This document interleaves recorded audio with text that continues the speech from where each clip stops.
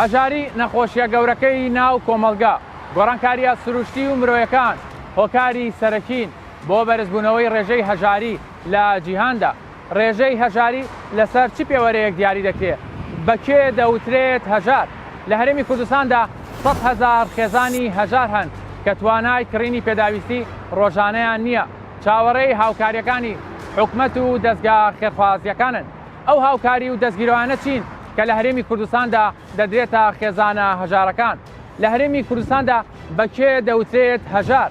لە بوژانەوەی ئەم جارەدا بە دوواداچوون بۆم بابەتە دەکات. وەک دەوترێت گەورەترین کێشەی مرۆڤەکان هەژاری و نەبوونیە.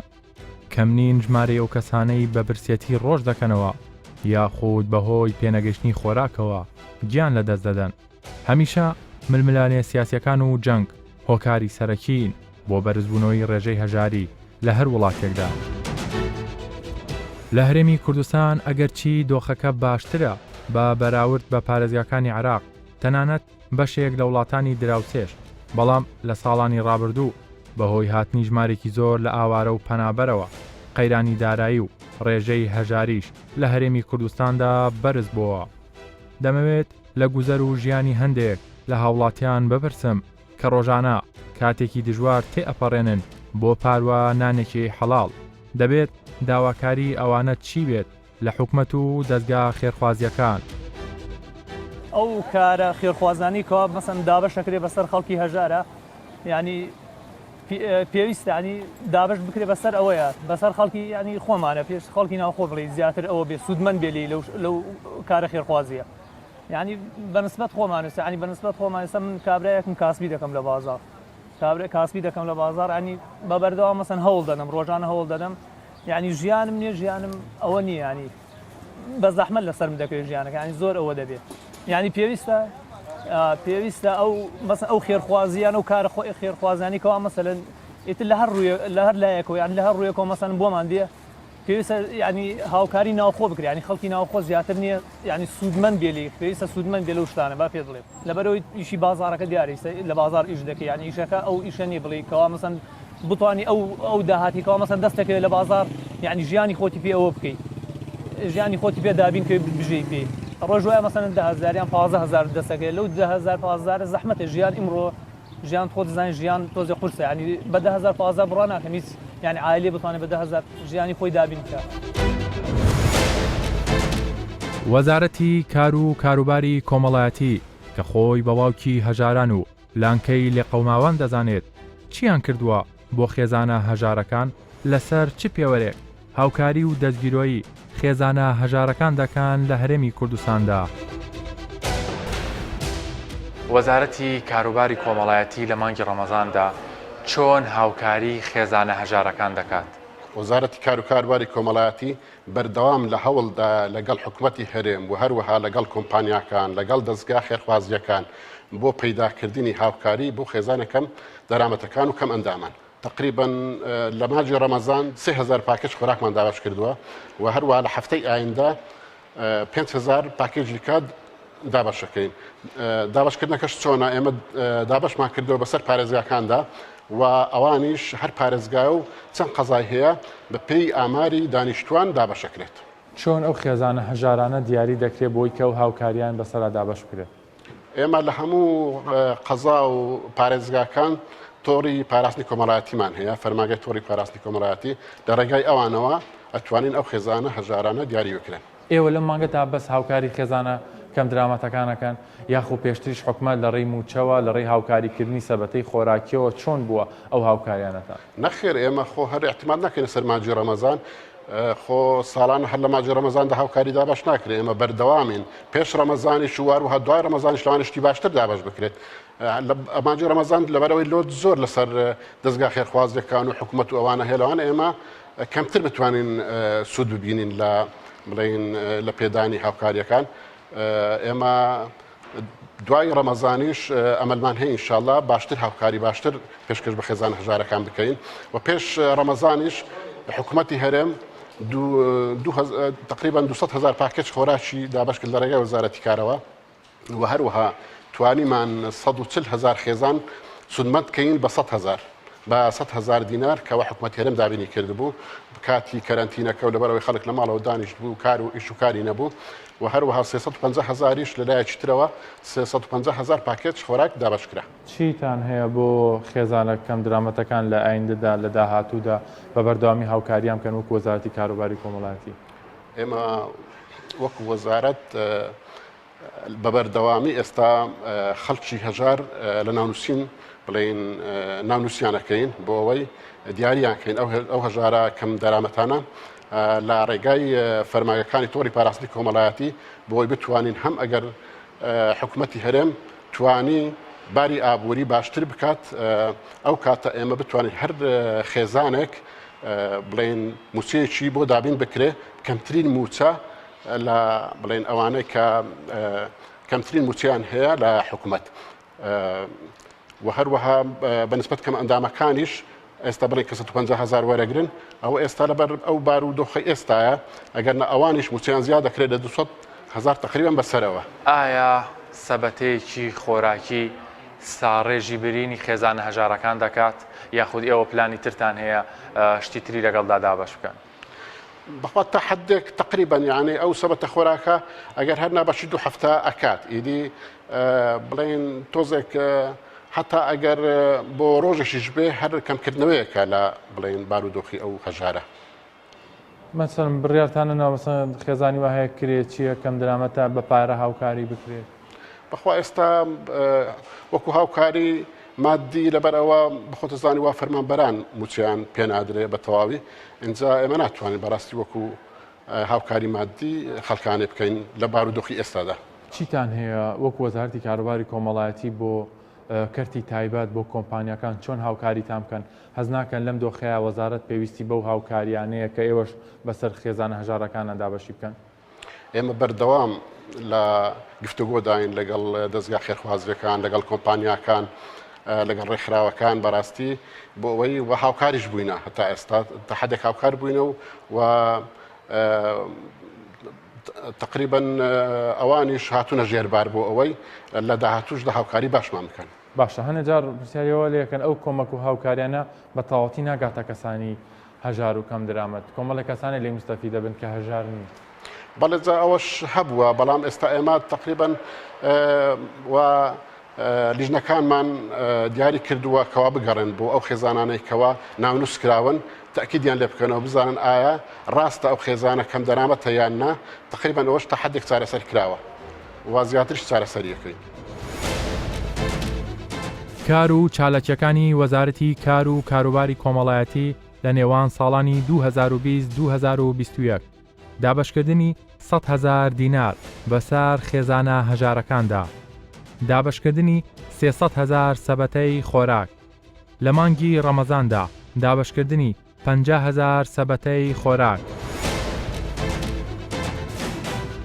لە هەرێمی کوردستاندا دەیان ڕێکخرا و دەستگای خێرخوازی هەن کە بەشێکیان لە ڕێگای وڵاتانەوە هاوکاری دەکرێن. دیارترینیان دەستگای خێرخوازی بارزانیە کە ساڵانێکە بێ جیاوازی دەستگیرۆیی و هاوکاری خێزانە هەژار و کەم درامەتەکان دەکا چه ئەوانەی لە ناوخۆن چه ئەوانەی وەک ئاوارە و پەنابەر کوردستانیان کردوتە پەناگەیەکی ئارام و نیشتیمانی دووەمی خۆیان. ئایا ئەم دەستگایە چۆن هاوکاری و بارگرانی بەشێک لەسەر شانی حکومەت کەم دەکاتەوە؟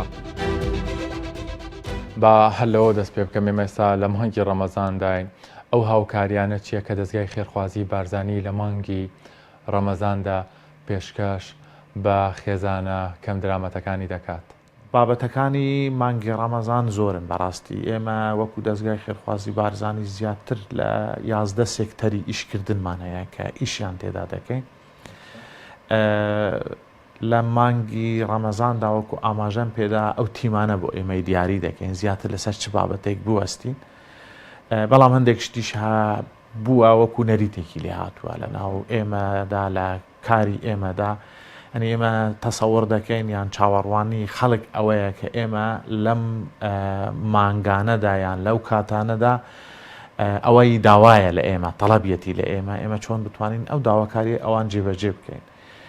ئەوەی کە لە بەرنامەدا تا ئێستا سەرەتای ڕەمەزانە زیاتر لە 22,000 خێزان سوودمەند دەبن لە پارسێلی خۆراک کە پارسێلێکی چڕوپڕە ئەنی زیاتر لە 11 مادە لە خۆ دەگرێت هەموو ئەو پێداویستیانەی کە دابین کراون لە ناو ئەو پارسێلانەدا ئەوانەی کە خەڵکێکی ژیانی لەسەرەوەیە بەکاری دێنێت بۆ ڕۆژانەی خۆیاندا واتە کوالیتی بەرزیان هەیە بەڕاستی و هەوڵەمانداوە ئەو پێداویستیە ینی هەرە پێویستانەی ژیانی خێزانێک و بەسپاسەوە بۆ ئەو کۆمپانیا هاوکاری بەخشانە کە ئێمە منداڵیشمان لەبیر نەکردووە ینی هەمیشە هەوڵەمانداوە شتێک بۆ منداڵەکان لە ناو ئەو پارسێلەدا هەبێت ئەگەر کێکێکی بچووکیش بیت بەڵام حسابی ئەوەش کراوە لایەنێکی تری هەرە گرنگی ئیشی ئێمە پارەی کاشە کە لەم مانگەدا عادەتەن زۆرە و ئەم مانگە ئێمە مزگەێنی گەورەمان پێە بۆ بە تایبەتی پرۆژەی ئازیزان کە زیاتر لە 16,000 خانەوادە بەشدارن لەم پرۆژەیەدا لە سەرتاسەری کوردستاندا نزیکەی 14 ملیۆن دۆلار هەیە لەو ماوەیەدا هەمووی دابەش دەکرێتن. ئاماژەت بە کۆمەڵێ داتا بە کۆمەڵی هاوکاریدا کە بەردەوام دەستگای خێرخوازی بارزانی لە ڕێگەی کۆمەڵی ڕێکخرا و کەسانی سەرمایه‌دارەوە دابەشی دەکات. ئایا ئەمە تەنها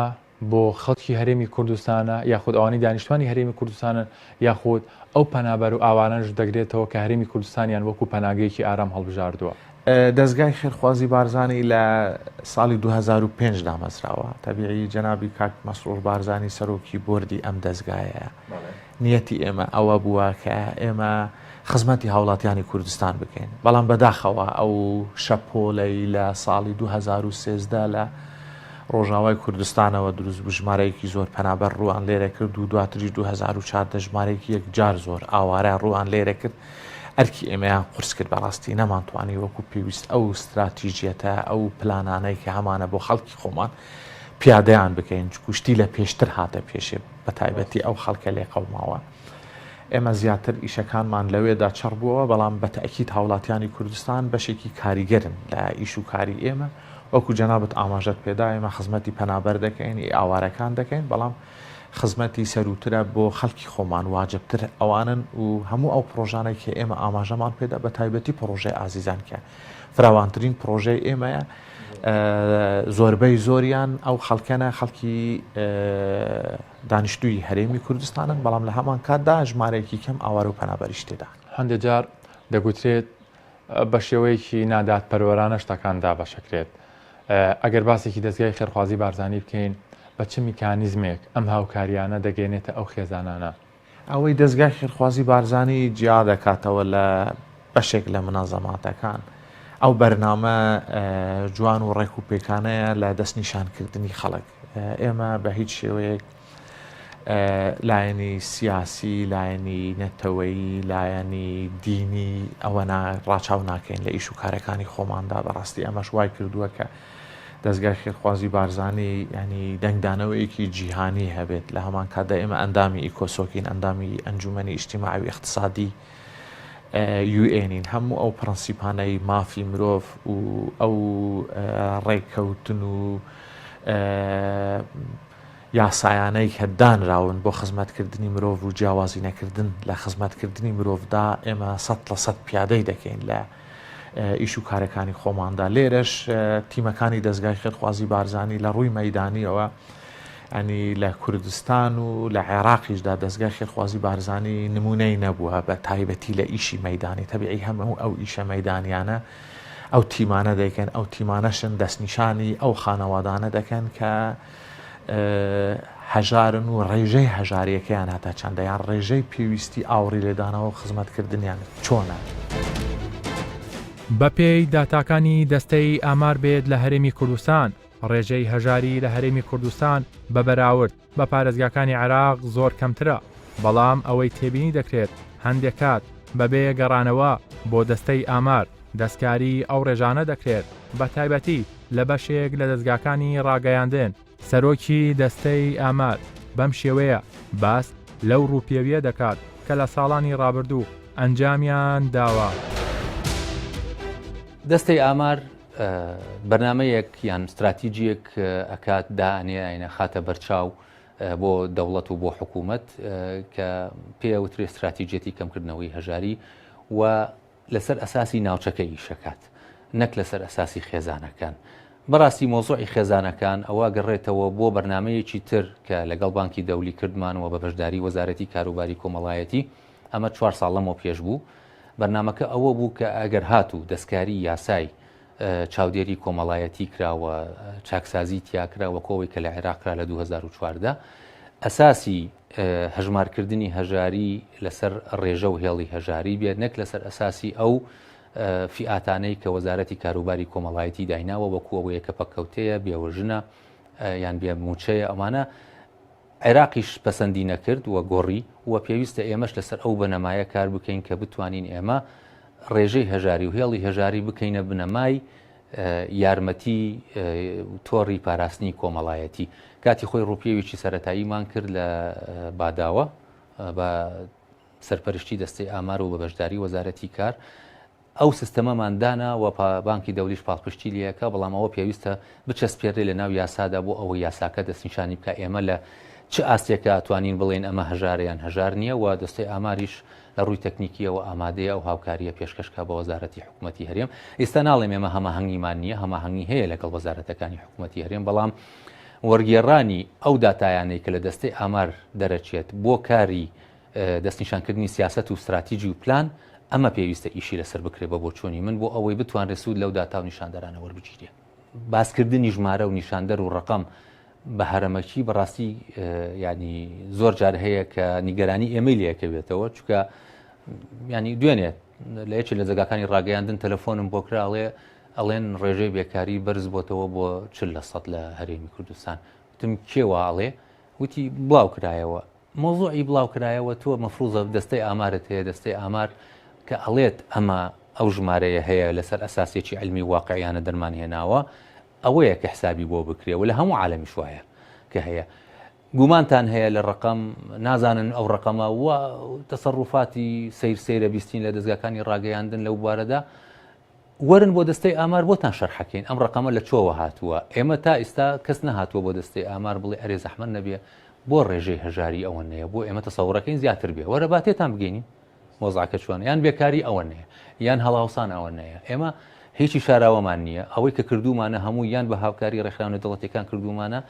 یان لەگەڵ دەستگای ناوەندی ئامار و ڕقەمەکانیشمان لەلایەن دەستگا نێودەوڵەتەکان ئەخوات و ئەشزانن ڕاستیەکە وایە بۆیە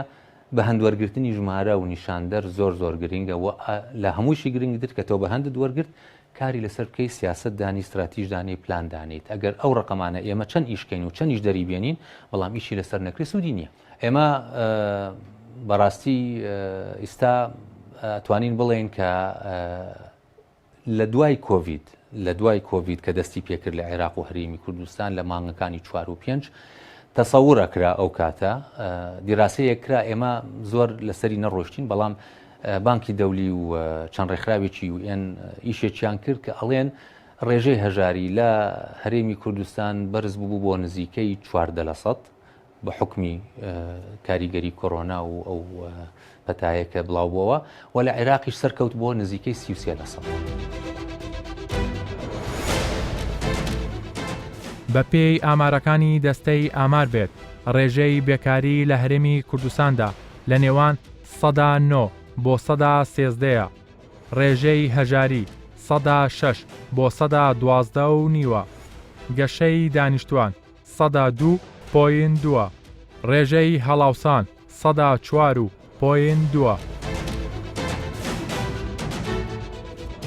ئەوەی بۆ هاوڵاتیانی کەم دەرامەت گرنگە لە هەرێمی کوردستان و داواکاریانە لە حکومەت و دەستگا خێرخوازیەکان بە پێی پێویستی ئەو هاوکاریانە دابەش بکرێت و زیاتریش هاوکاریەکان بۆ هاوڵاتیانی ناوخۆ بێت. پێویستە بە تایبەتی خزمەتی هاوڵاتیانی شاری خۆمان بکرێ خێرخوازیەکان ئەو کاسبکارانەی لە هەولێرن لە سەرجادەکان ئیش دەکەن ساحب عارەبانە و مێزەکانن بە تایبەتی ئەوان یارمەتیوان بدرێ پێویستە لە بۆەوە خەڵکو و فەقیرەکی هەژاری زۆرمانەیە لە کوردستان دوایی لە بۆ پەنابەرەکان خزمەت بکرێت بەڵام خەڵکی خۆمان وەکو ڕەچاوەکی 100% بە بەردەستی نەکەتێ پێویستە خەڵکی خۆمان یارمەتی بدرێت 100%. زستان پێویستی بە نەفتە، هاوینان پێویستی بە موبەڕیدە و ئاوە، پێویستی بە مزەخەی مانتۆڕی ئاوە، ئەم شتانەیە تایبەتە بە عەرزاقە برنجە ئەو شتانە سەرەتایی کە لە ماڵی ڕۆژانە خەڵک دەیخوا.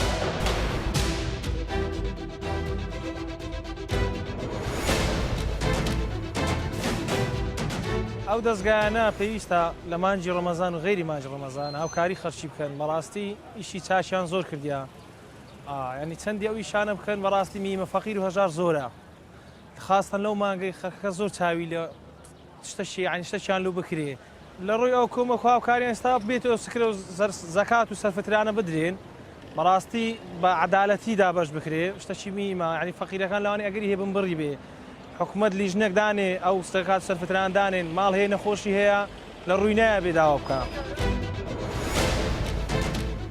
کاری هەرە لە پێشینەی حکومەت باشترکردنی دۆخی ژیان و گوزەرانی هاوڵاتیانە بە تایبەتی دەستگیرۆیکردنی خێزانە هەژارەکان بەڵام ڕەنگە ئەمەش ئاسان نەبێت لەم دۆخەی ئێستادا بە تایبەتی هەرێمی کوردستان کە باوەشی بۆ زیاتر لە 1 ملیۆن ئاوارە و پەنابەر کردوتەوە لەسەر و هەموو ئەمانەشەوە ئەو قەیرانە دارایی و فشارانەی لەلایەن حکومەتی بەغداوە دەکرایە سەر هەرێمی کوردستان بەڵام ئەوەی بۆ هاوڵاتیان گرنگە سوودوەرگرتنە لە داهات و خێر و بێری ئەم وڵاتە و دابەشکردنیەتی بە شێوەیەکی دادپەروەرانە.